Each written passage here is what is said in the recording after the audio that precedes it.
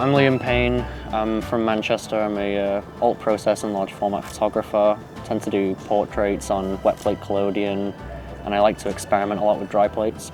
Originally, I kind of just wanted to capture Manchester in a way that was already captured. I really like historical photographers, and I like just looking at pictures that they've taken in the past, and I really wanted to recreate that type of look. My first camera was a Kodak from 1909, and I really wanted to see what I could do with it, and it was very makeshift, let's say.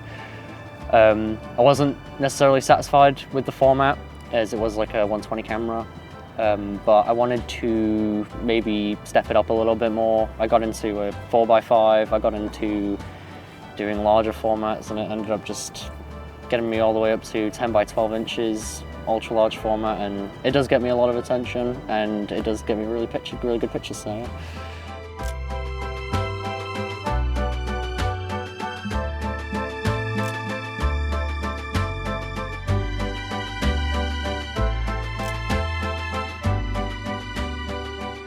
I do love to recreate history and try to take portraits in a way that historical photographers would have done. That's why I'm really interested in processes from the 1800s, as they are, to me, real photography. They're not film, they're not digital, they're a way of capturing an image onto a piece of metal or a piece of glass, and then being able to see that image just minutes later on the same sheet of metal. So yeah, I do find it very enjoyable, and I still try to recreate that historical look, which is why I use lenses from the 1850s all the way up until 1900.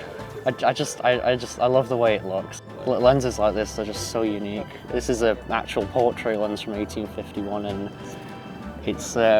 it was designed specifically for getting portraits, and it is handmade. It was hammered out, and it's brass, and it is very sharp in the center, but as it goes out, even like a millimeter out of focus, you'll be completely unrecognizable pretty much. It is nice though when it is in focus, so yeah.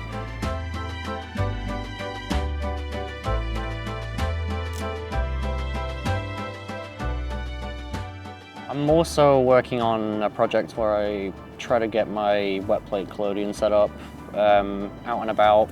I want to try and maybe get it all in fitting into a suitcase on the back of a bike.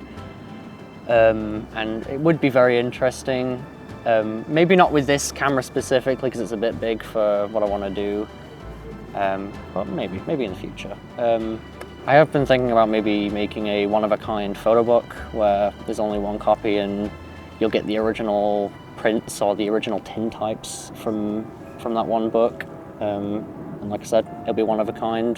One lucky person will get it, and I won't ever see it again.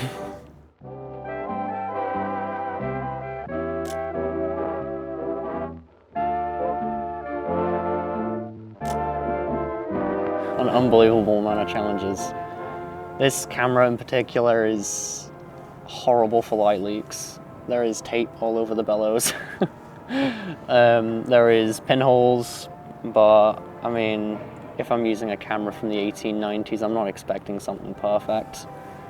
And the processes I'm using dry plates from the 1870s all the way up to 1969. Like, you don't get good results from those, but I get results that I like, and they're not necessarily gonna do very well on Instagram or whatever, but they're just things that I enjoy.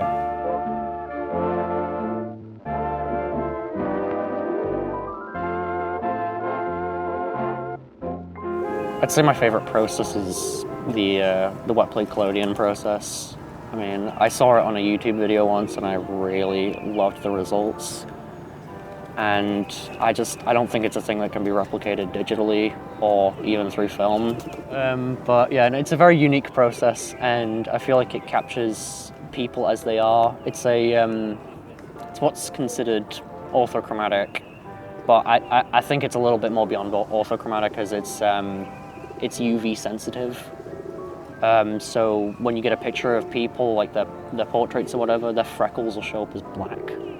And you'll see all the individual flaws in the face because it shows up really well.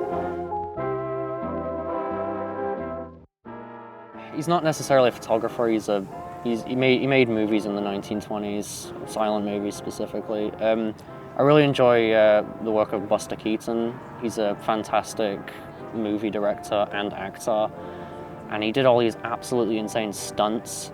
And he made this one movie called The Photographer, which was it was more of a story following this tintype photographer that obviously it had become kind of outdated by the time that the 1920s rolled around, and he decided he wanted to get into doing news, and he bought this video camera that wasn't very state-of-the-art and very old, so it did kind of screw him over a little bit, and by the end of the movie he did become a fantastic videographer. But it was rather inspiring because he did all these absolutely insane stunts, practical stunts, not like something that you'd look at and be like, that's not real. But I look at it and I'm like, that is the stuff that I really want to do myself. I want to pull out an insanely large camera in the middle of Manchester city centre and show people, and I want to give them a unique experience, and I want it to be a once in a lifetime experience, really. I don't think that's a very common aspect of daily life nowadays, so yeah. I get told that I make people's day quite a lot. I mean, I'll just come out and I'll talk to them about the cameras and stuff and the history, and maybe I'll do a portrait and I'll get told that I made their day and I'll get a follow on Instagram or whatever.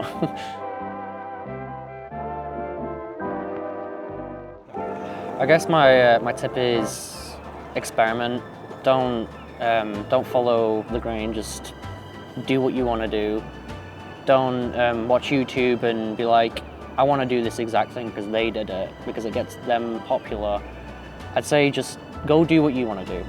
This is what I want to do. I'm sticking to it. I'm not gonna divert my interests because of other people's interests.